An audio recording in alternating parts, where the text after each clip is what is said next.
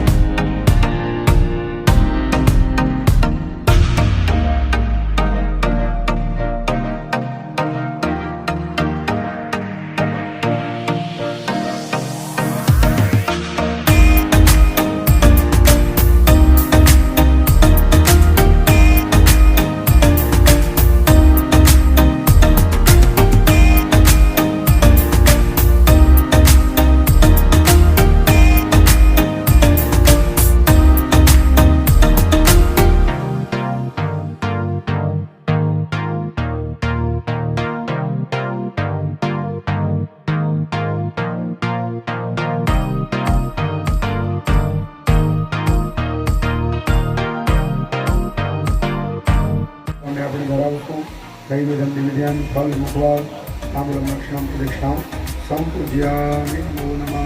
પગે લાગી જાઓ. વિઘ્નેશ્વરાય વરદાય સુરપ્રિયાય લંબોદરાય સકલાય જગદ્યતાય નારાયણાય સુતયજ્ઞ વિભૂષિતાય ગૌરીસુતાય નમો નમસ્તે. લંબોદર નમસ્તે.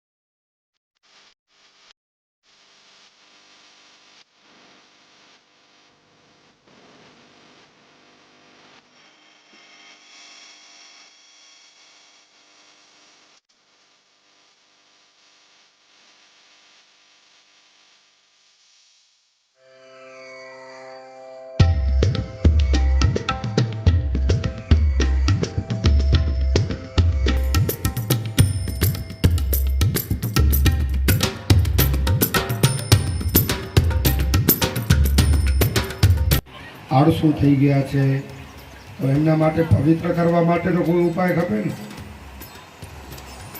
નહીંતર ભગવાન સાથે પ્રીતિ હોય તો બાવડા પકડીને બેસાડવો ન પડે. હા, તો કીધું કે એક વખત સુતપુરાણજી મહારાજ આ 88,000 ઋષિમુનિઓની સભાની અંદર આવ્યા.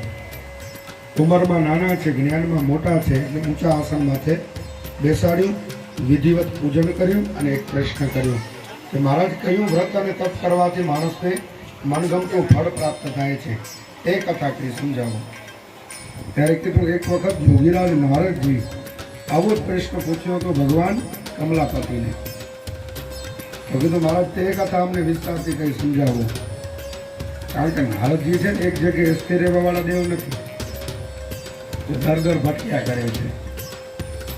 આપણે જોઈએ છીએ ઘણી વાર એક જગ્યાએ સ્થિર રહેવું બહુ અઘરું છે. નારદજી એક જગ્યાએ સ્થિર રહેવાવાળા દેવ નથી. તો તે જ વખતે અહીંયા કને બતાવવામાં આવ્યું કે એકદા નારદો યોગી પ્રનુગ્રહ કાંક્ષયા પર્યટનમ વિવિધામ લોકાન મૃત્ય લોકા ઉપાગત. ત્યારે કીધું એક વખત નારદજી જુદા જુદા લોકમાં ફરતા ફરતા મૃત્યુ લોકમાં આવ્યા. આપણે જ્યાં કને રહીએ છીએ ત્યાં આવી અને જોયું તો શું જોયું? તો કીધું છે કે તતો દ્રષ્ટવા જનાન સર્વે નાના ક્લેશ સમન્વિતા. તતો દ્રષ્ટવા એટલે જોયું તો શું જોયું? તો નાના નાના ઝઘડાઓની અંદર માણસ પ્રવૃત્ત છે. જેવી રીતે જળના જીવડા જળમાં જન્મે અને જળમાં જ મરણ પામે, એવી રીતે મનુષ્ય જન્મ ભગવાનથી વિમુખ થઈ અને જન્મ મૃત્યુના ફેરામાં ફર્યા કરે છે. વારે ઘડી જન્મવું ને વારે ઘડી મરવું, એ જ ફેરા. વિચાર કરો તમે, એકને એક રસોઈ 8 દિવસ ખાતા હોય તો આપણને એમ થાય કે રવિવારના રાતે સારું કંઈક બનાવજો, નથી કહેતા ઘરે? વળી પાછા એ જ જન્મ મરણના ફેરા માણસ માટે. તો એમાં માણસને ક્યારેક તો કંટાળો આવે.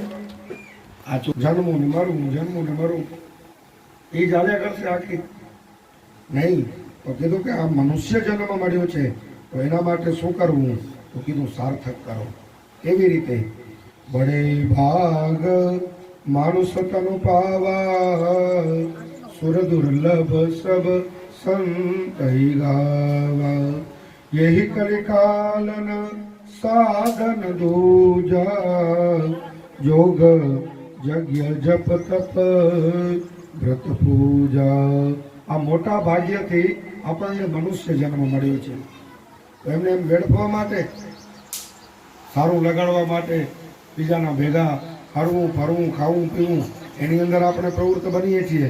બીજાનું માન રાખવા માટે, કોઈના વખાણ કરવા હોય, કોઈને ગાળો દેવી હોય. આ શરીર બધી જગ્યાએ મુક્ત છે, ફરતું હોય, પણ એમાં જ પ્રવૃત્ત રહેશે કે બીજું કાંઈ સત્સંગની અંદર જોડાશે? જેહી કલિકાલન સાધન દૂજા. આ કલિયુગમાં સાધન બીજું કરવાનું જ નથી. શું કરવાનું છે? જોગ યજ્ઞ જપ તપ વ્રત પૂજા. જોગ કરો, યજ્ઞ કરો, જપ કરો, તપ કરો, વ્રત કરો અને પૂજા કરો ભગવાનની. આટલા સાધન કરવાના છે. આમાંથી આપણને કયું પસંદ આવે? પેલા એક તો પસંદગી રાખવી પડે. હા હા, તો એક વ્રત કરવું પડે એની અંદર. તો સજનો આ વ્રત છે સત્યનારાયણ ભગવાનનું વ્રત. તો નારદજી જોયું કે મૃત્યુલોકના માનવી સૌ દુઃખી થઈને ભટક્યા કરે છે, તો એના માટે ચોક્કસ રીતે ઉપાય શોધવા માટે વિષ્ણુ ભગવાન પાસે જાય છે, પરમાત્મા પાસે. કારણ કે સાચા દુઃખનું નિવારણ કોણ કરે? ભગવાન જ કરે. પણ આપણે ત્યાં કને જતા નથી. આપણે ક્યાં કને જઈએ કે જે દુઃખમાં ડૂબેલા હોય ને એની કને, કાકા મામા ફોઈ ફુવા માસા માસી જેટલા બધા આપણા સંબંધી છે ત્યાં કને આપણે જશું. ત્યાં કને જઈને માથે એને ખભે માથે માથું મૂકશું એટલે એ આપણને સાંત્વના તો આપશે, પણ અંદરથી પોતાને ખબર છે કે હું દુઃખમાં ડૂબેલો છું. હા, તો એ પોતે દુઃખી છે, તો એ આપણનું દુઃખ શું દૂર કરશે? તો ભગવાન છે પરમાત્મા પાસે નારદજી જાય છે, ચોક્કસ પ્રકારે દુઃખ દૂર થાય અને ભગવાન પાસે જઈ અને પ્રાર્થના કરી કે હે પરમાત્મા, જન્મ તમે આપો છો, મૃત્યુ તમે આપો છો અને માણસનું પાલન પોષણ તમે કરો છો. આપણે શું કરીએ છીએ? વ્યર્થ અભિમાન કરીએ છીએ. જન્મ પરમાત્મા આપે છે, ભગવાનના હાથમાં છે જન્મવું, અને મરવું એ ભગવાનના હાથમાં છે. બરોબર, જન્મ મરણ અને પાલન પોષણ થાય છે એ પરમાત્મા કરે છે આપણું.